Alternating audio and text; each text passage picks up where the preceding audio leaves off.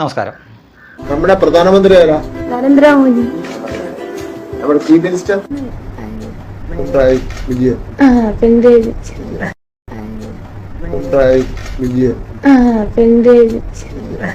ഒരു PR വർക്കിൻ്റെ അതിദയനീയമായിട്ടുള്ള ഒരു പരാജയമാണ് നിങ്ങളിപ്പോൾ കണ്ടത്. ഇതെന്താണ് സംഭവം എന്ന് ചോദിച്ചു കഴിഞ്ഞാൽ, അഫ്ഗാനിസ്ഥാനിൽ നിന്നുള്ള കുറച്ച് കുട്ടികൾ ഇവിടെ നമ്മുടെ കേരളത്തിൽ സ്കൂളിൽ പഠിക്കുന്നുണ്ട്. അപ്പോൾ ഈ കുട്ടികളെയും വിദ്യാഭ്യാസ മന്ത്രിയും തമ്മിലുള്ള ഒരു മീറ്റിംഗ് ആയിരുന്നു. ഇത് പത്രക്കാരെയൊക്കെ പറഞ്ഞ് കാലേക്കൂട്ടി തന്നെ എല്ലാം സജ്ജീകരിച്ച് ഈ കുട്ടികൾക്കും ആവശ്യമുള്ള ട്രെയിനിങ് എല്ലാം കൊടുത്തതിന് ശേഷമാണ് ഈ ക്യാമറയ്ക്ക് മുന്നിൽ ഈ ശിവൻകുട്ടി ഈ മന്ത്രി ഈ നാടകം ആരംഭിച്ചത്. അവിടം വരെ സംഗതികളൊക്കെ കുഴപ്പമില്ലായിരുന്നു, നന്നായിട്ട് തന്നെ പോയി. സ്കൂളിനെ പറ്റി ചോദിച്ചു, സ്മാർട്ട് സ്കൂളുകളെ പറ്റിയൊക്കെ ചോദിച്ചു. കുട്ടികൾക്കൊക്കെ നല്ല അഭിപ്രായം. ഇന്ത്യയുടെ പ്രധാനമന്ത്രി ആരാണെന്ന് ചോദിച്ചു. ഒരു നിമിഷം പോലും വൈകാതെ കുട്ടികൾ പറഞ്ഞു നരേന്ദ്രമോദി എന്ന് പറഞ്ഞു. അടുത്ത ചോദ്യം കേരളത്തിൻ്റെ മുഖ്യമന്ത്രി ആരാണ് എന്ന് ചോദിച്ചു. കുട്ടികൾ മിണ്ടണില്ലെന്ന്. അങ്ങനെ കുട്ടികൾ മിണ്ടുന്നില്ല എന്ന് കണ്ടപ്പോൾ അവിടെ ഇരുന്ന ശിവൻകുട്ടി തന്നെ പറയുന്നു പിണറായി വിജയൻ എന്ന് കുട്ടികൾ ഏറ്റുപറയുന്നു. ഇതാണൊരു PR വർക്കിൻ്റെ അതിദയനീയമായിട്ടുള്ള ഒരു പരാജയ കാഴ്ച. ശിവൻകുട്ടിയാണെന്ന് അല്ലെങ്കിൽ ഇതൊന്നും പറഞ്ഞിട്ടുള്ള കാര്യമില്ല. നമ്മുടെയൊക്കെ മനസ്സിൽ ശിവൻകുട്ടി എന്ന് വരുമ്പോൾ തന്നെ ഓർമ്മയിൽ വരുന്ന ചില ചിത്രങ്ങളുണ്ട്.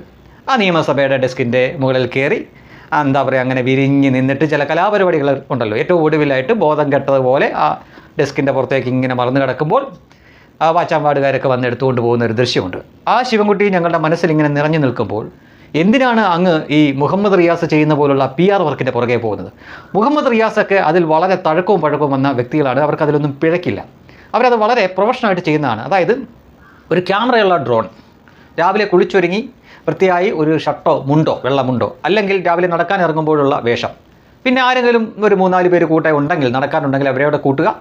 അതിനുശേഷം പണി തീർന്ന ഏതെങ്കിലും ഒരു ദേശീയപാതയുടെ നടുഭാഗത്തൂടെ ഇങ്ങനെ പതുക്കെ നടന്നു വരിക.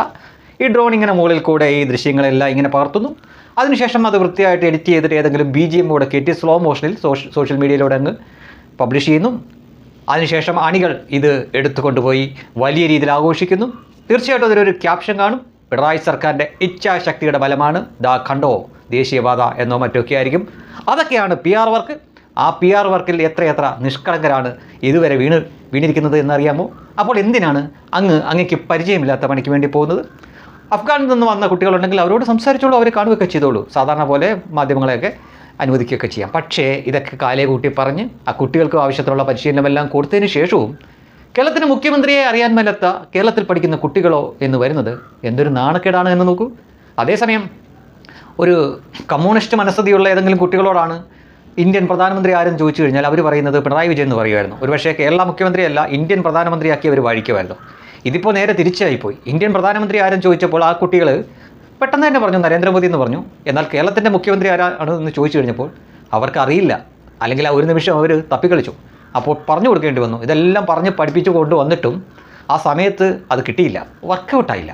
അപ്പോൾ പറഞ്ഞു കൊടുക്കേണ്ടി വന്നു പിണറായി വിജയൻ എന്ന് പറഞ്ഞു കൊടുക്കേണ്ടി വന്നു. എന്നാൽ നരേന്ദ്രമോദിയെ കുട്ടികൾക്ക് അറിയുകയും ചെയ്യാം. ഇതൊക്കെയാണ് ഒരു മുന്നൊരുക്കമില്ലാത്ത, അല്ലെങ്കിൽ ഈ പ്രൊഫഷണലിസം ഇല്ലാത്ത ഒരു PR വർക്കിൻ്റെ അതിദയനീയമായിട്ടുള്ള ഒരു പരാജയം. ശിവൻകുട്ടി ഇങ്ങനെയല്ല ചെയ്യേണ്ടത്. ഞങ്ങളുടെ മനസ്സിലൊരു ശിവൻകുട്ടിയുണ്ട്. ആ ശിവൻകുട്ടിയായിട്ടിരുന്നാൽ മതി. ഇത്തരം പരിപാടികളൊന്നും നമുക്ക് ശരിയാവില്ല. വിട്ടുകള, ഇതൊന്നും വേണ്ട.